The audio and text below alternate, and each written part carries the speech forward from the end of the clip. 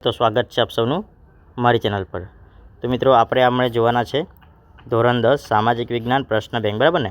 તો આ આખી પ્રશ્ન બેંક તમને ધોરણ 10ના બોર્ડ એક્ઝામમાં પણ ધ્યાન રાખીને વાંચજો, તમને કામ આવશે। ઓકે મિત્રો, અને આની આ વિડીયો વોટ્સઅપની ચેનલ છે એમાં પણ મુકાઈ જશે અને બોર્ડ એક્ઝામની મોટે ભાગની તૈયારીમાં તમને કરાવવામાં આવશે।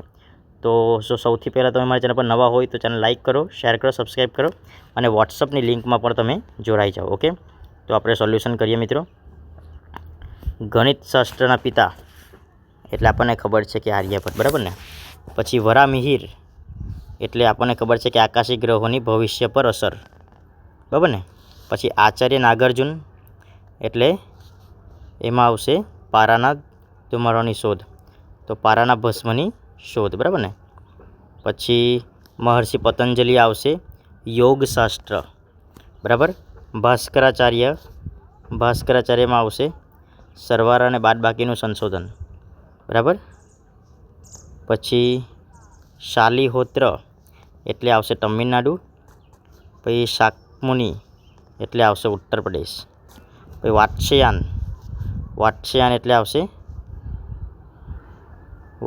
એટલે આવશે કામસૂત્ર, બરાબર ને। ઓકે, કોણાર્કનું સૂર્ય મંદિર, બરાબર। કોણાર્કનું સૂર્ય મંદિર એટલે આવશે ઓડિશા, બરાબર। ખજુરાહો આવશે મધ્યપ્રદેશ, બરાબર।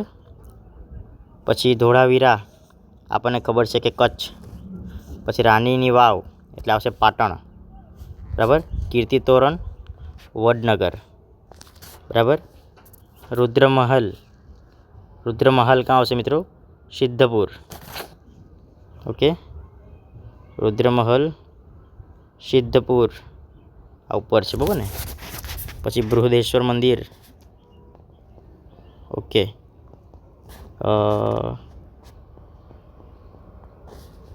બૃહદેશ્વર મંદિર આવશે તમિલનાડુ, બરાબર ને। પછી વિરૂપાક્ષ મંદિર એટલે કોણાર્ક।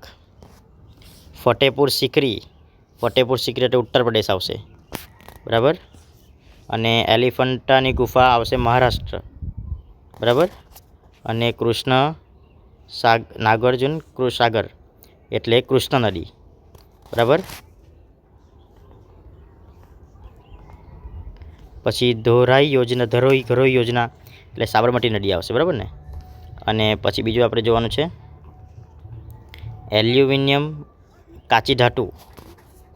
એલ્યુમિનિયમની કાચી ધાતુ એટલે આવશે બોક્સાઇડ, બરાબર।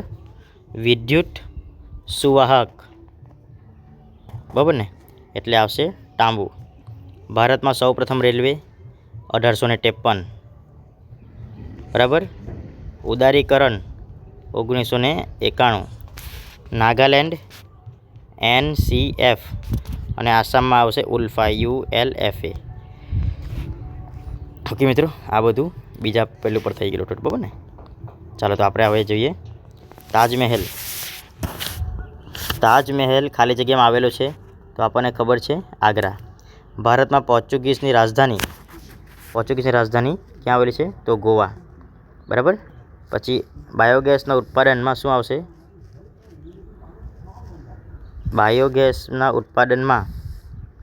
ખાલી જગ્યા રાજ્ય પ્રથમ સ્થાન ધરાવે છે તો ગુજરાત। પછી વિશ્વમાં ભારત અરબ ખાંડ ઉત્પાદનમાં, બરાબર, તો પ્રથમ સ્થાને છે। ભારતમાં ખાલી જગ્યા રાજ્યમાં સૌપ્રથમ તેલ શોધવા કૂવા ખોદવામાં આવ્યો, કઈ જગ્યા? તો આસામ, બરાબર। નેક્સ્ટ વિકલ્પ જોઈએ, પાટણના જોવાલાયક સ્થાપત્ય પાટણમાં, બરાબર, તો રાની કી વાવ, સહસ્ત્રલિંગ તળાવ, બરાબર। આ ચિત્ર આપણને ખબર છે, આ તમે મને કમેન્ટ બોક્સમાં લખો, કેમ કે આ તો આપણા ભારતની જે પૈસાની નોટ હોય ને એમાં પણ આવે છે। ગુજરાતમાં મિની સ્ટીલ, બરાબર, શું આવશે મિત્રો? હજીરા, બરાબર। ભારતનું કયું નગર સિલિકોન વેલી એટલે બેંગલુરુ। રાષ્ટ્રધોરી માર્ગની જવાબદારી એટલે કેન્દ્ર સરકાર, ટેકનોલોજી એટલે શું મિત્રો? તો ટેકનોલોજી એટલે વૈજ્ઞાનિક જ્ઞાનનો વ્યવહારુ ઉપયોગ. વૈજ્ઞાનિક જ્ઞાનનો વ્યવહારુ ઉપયોગ. શૂન્યોની શોધ કોણે કરી હતી? તો આર્યભટ્ટ. બરાબર. રસ રત્નાકર અને આરોગ્ય મંજરી કયા રસાયણશાસ્ત્રીના ગ્રંથો છે? તો આચાર્ય નાગાર્જુન. શું આવશે? આચાર્ય નાગાર્જુન. કયા ગ્રંથમાંથી વાસ્તુશાસ્ત્રનો ઉલ્લેખ છે? તો મયમતમ. પછી ગરીબી રેખાનો ખ્યાલ સૌપ્રથમ કોણે આપ્યો હતો? તો દાદાભાઈ નવરોજી. ભારતમાં સૌથી વધુ ગરીબી ધરાવતું રાજ્ય કયું છે? તો કેરળ. શું આવશે મિત્રો? કેરળ. બરાબર. ભારતમાં સૌથી ઓછી ગરીબી ધરાવતું રાજ્ય કયું? બરાબર. ઓકે, અહીંયા ભારતમાં સૌથી વધુ ગરીબી ધરાવતું તો બિહાર આવશે. અહીંયા બિહાર આવશે ને અહીંયા કેરળ આવશે. બરાબર ને? સૌથી ઓછી ગરીબી. ગ્રાહકના કોઈ પણ બે અધિકારો જણાવો. તો સુરક્ષાનો અધિકાર અને માહિતીનો અધિકાર. દેશની મુખ્ય આર્થિક સમસ્યાઓ કઈ છે? તો ગરીબી, બેરોજગારી અને મહેંગાઈ. ભારતમાં કયા રાજ્યમાં સૌથી વધુ બેરોજગારીનું પ્રમાણ ઊંચું જોવા મળે છે? તો એમાં આવશે કેરળ. બરાબર ને? નેક્સ્ટ જોઈએ આપણે. હિમાલયમાં કયું પ્રાણી બોજવાહક તરીકે ઉપયોગી છે? બોજવાહક એટલે યાક. હિમાલયમાં યાક. દેશનો સૌથી મોટો રેલવે માર્ગ કયો છે? તો દિલ્હીથી કન્યાકુમારી. બરાબર. પછી ગુજરાતનું સૌથી મોટું બંદર તો કંડલા. બરાબર. વિશ્વમાં રેલ માર્ગમાં ભારતનું સ્થાન કેટલામું છે? તો ચોથું. બરાબર ને? ઓકે, આગળ. નેક્સ્ટ. પરિવહન માર્ગોમાં ઝડપી અને ખર્ચાળ પરિવહન કયું છે? તો હવાઈ. બરાબર ને? આપણને ખબર છે હવાઈ માર્ગ. 12 માસ ખુલ્લું રહેતું બંદર કયું? તો મુંબઈ. બરાબર, મુંબઈ. વિશ્વની વરિષ્ઠ નાગરિક દિવસ તો 1 ઓક્ટોબર. બરાબર. ગુજરાતનું મોટું રેલવે સ્ટેશન કયું છે? તો અમદાવાદ. બરાબર, અમદાવાદ. પછી અભયમ યોજના કોના માટે છે? અભયમ તો મહિલા સુરક્ષા. કોના માટે? મહિલા સુરક્ષા. HDIનું પૂરું નામ? બરાબર, હ્યુમન ડેવલપમેન્ટ ઇન્ડેક્સ. બરાબર ને? માનવ વિકાસ સૂચાંક. ઓળખી બતાવવાનો છે મિત્રો આ કે આચાર્ય નાગાર્જુને વનસ્પતિ ઔષધિ સાથે કે રસાયણ ઔષધિનો વપરાશ ભલામણ કરી હતી.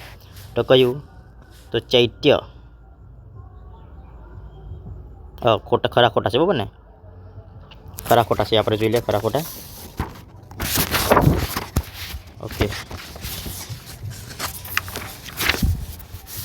ઓકે, તો આમાં સાચું આવશે. બરાબર. ચરક સંહિતા ગ્રંથમાં 500 ઉપરાંત વનસ્પતિ ઔષધિનું વર્ણન છે. તો આ બી ખરું છે. પછી અજનક મધ્યપ્રદેશની આવશે મિત્રો. મહારાષ્ટ્ર આવશે. ત્યાં ખોટું. પછી કુતુબ મિનારે ભારતમાં પથ્થરોની બનાવેલી સૌથી ઊંચો સ્તંભ મિનાર છે. તો આ સાચો છે. લોથલ અમદાવાદ જિલ્લામાં આવેલું છે. બરાબર, તો ટ્રુ છે, સાચું છે. કારણ કે અમદાવાદમાં નથી આવેલું, તો આ પાટણમાં આવેલું છે. ત્યાં ખોટું છે. બરાબર ને?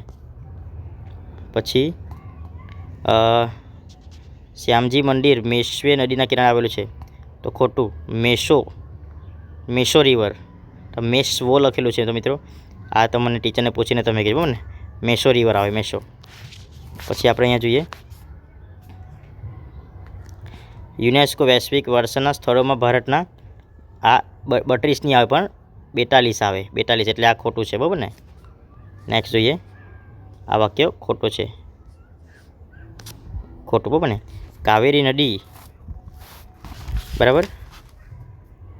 પછી જોવાનું છે કાવેરી નદીમાંથી ગ્રાન્ડ એનિકેટ નામની જાણીતી નહેરનું નિર્માણ થાય છે. તો આ સાચું છે. પછી ભારતમાં સૌથી વધુ લોખંડ આસામ રાજ્યમાં મળે. ખોટું. ક્યાંથી મળે? તો ઓડિશા અને ઝારખંડમાંથી મળે છે. માનવીએ સૌપ્રથમ ઉપયોગમાં લીધેલ ધાતુ કયું? તાંબુ. તો ટ્રુ, સાચું છે. બરાબર. પછી ચૂનાનો ઉપયોગ સિમેન્ટની બનાવટમાં વધુ પ્રમાણમાં થાય છે. તો બી સાચું છે. બરાબર ને? નેક્સ્ટ જોઈએ. ગુજરાત દેશમાં સૌથી વધારે સૌર ઉર્જા મેળવતું રાજ્ય. ગુજરાત દેશમાં સૌથી વધારે સૌર ઉર્જા મેળવતું રાજ્ય. સાચું છે. બરાબર ને? પછી નેક્સ્ટ જોઈએ. ઓકે, તો વિશ્વમાં ભારત પવન ઉર્જામાં પ્રથમ સ્થાન આવે છે. તો મિત્ર આ ખોટું છે. બરાબર ને? પછી મુંબઈમાં સૌપ્રથમ સુતરાઉ કાપડની મિલ સ્થપાઈ, તો આ સાચું છે. એલ્યુમિનિયમમાં ઉત્પાદન સૌથી વધુ ખર્ચ વિદ્યુતમાં થાય છે, તો સાચું છે. અત્યાર સુધીમાં ભારતમાં 13મી, તો અહીંયા 13 આવે તો 12મી આવશે, આ ખોટું છે, બરાબર ને. ભારતમાં સરેરાશ 1.9% દરે વસ્તી વધે છે, તો આ સાચું છે, બરાબર. આગળ જોઈએ, બરાબર. ભારત દેશ ઉચ્ચતમ માનવ વિકાસ ધરાવે છે, તો આ ખોટું છે. ભારત દેશ વિશ્વની સૌથી મોટી લોકશાહી ધરાવતો દેશ છે, તો આ સાચું છે. ઓકે, આગળ જઈએ. ઓકે, આગળ વધીએ આપણે. અહીં આપેલું છે કે આપેલા પ્રશ્નના માધ્યમે જવાબ કોઈ પણ 3 પ્રશ્ન, તો તમે બધા જ હું તમને કરાવી દઉં. ભારતમાં પ્રાચીન કાળથી ધાતુ વિધાનો વ્યવસાયિક જીવનમાં ઉપયોગ થતો આ વિધાન સમજાવો. તો મિત્રો આમાં શું છે, તો પ્રાચીન યુગમાં ધાતુ વિજ્ઞાન દ્વારા હથિયાર, સાધન, સિક્કા અને આભૂષણો બનાવવામાં આવતા. આ સંકલ્પનાઓ સમજાવો. ચૈત્ય એટલે બૌદ્ધ પ્રાર્થના મંડપ, અને વિહાર એટલે બૌદ્ધ ભિક્ષુઓનું નિવાસ સ્થાન. પછી ખજુરાહો મંદિરનો પરિચય આપો. તો ખજુરાહો મધ્યપ્રદેશમાં આવેલ શિલ્પ અને મંદિર માટે પ્રસિદ્ધ છે. અમદાવાદમાં આવેલ સંસ્કૃતિ સ્થાનનું નામ જણાવો. તો સાબરમતી આશ્રમ, અડાલજ વાવ, સિદ્દી સૈયદ મસ્જિદ. પ્રાચીન સમયની ભારતની તીર્થભૂમિ રહ્યું છે, આ વિધાન સમજાવો. તો પ્રાચીન તીર્થભૂમિ છે, કારણ કે કાશી, મથુરા, દ્વારકા, પુરી જેવા તીર્થો અહીંયા છે. પર્યટન ઉદ્યોગથી થતા લાભ જણાવો. તો પર્યટનથી રોજગારી, વિદેશ ચલણ અને વિકાસ થાય છે.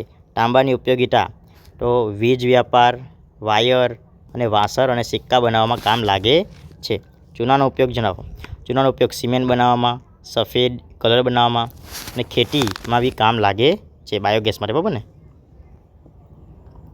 નેક્સ્ટ આપણે જોઈએ બાયોગેસ. બાયોગેસનો પરિચય, બરાબર ને. તો બાયોગેસ એટલે કચરાથી ઉર્જા મેળવવાની પદ્ધતિ.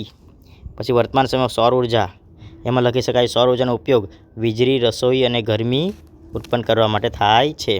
ખનિજ સંરક્ષણ માટે કોઈપણ 4 ઉપાયો. તો પુનઃ ઉપયોગ, મર્યાદિત ખનન, બરાબર ને. રેલવેના કેટલા પ્રકાર છે, કયા કયા? તો રેલવેના પ્રકાર છે બ્રોડ ગેજ, મીટર ગેજ અને નેરો ગેજ, બરાબર. પછી આપણે નેક્સ્ટ જોઈએ બહુહેતુક યોજનાના હેતુઓ જણાવો. તો એમાં આવશે સિંચાઈ, વીજળી, પૂર નિયંત્રણ, બરાબર. પછી વૃષ્ટિ જળ સંચયના શા માટે કરવું જોઈએ? વૃષ્ટિ તો પાણીની અછત ઘટાડે છે, તેના માટે આપણે પાણીનું સંચય કરવું જોઈએ, બરાબર. પછી જળ સંકટની સમસ્યાઓ માટે કયા કયા છે, બરાબર. ઓકે મિત્રો, તો તમે આટલું લખી શકો છો અહીંયા તમે આ. ઓકે મિત્રો, તો વિડીયો ગમ્યો હોય તો લાઈક કરો, શેર કરો, અને તમને હું આટલું તો તમારા માટે બસ છે, બરાબર ને. ઓકે, તો બીજા વિડીયો પેપરનું સોલ્યુશન જોતું હોય તો તમે આ મને લાઈક કરો અને બધા મિત્રો સુધી શેર કરો.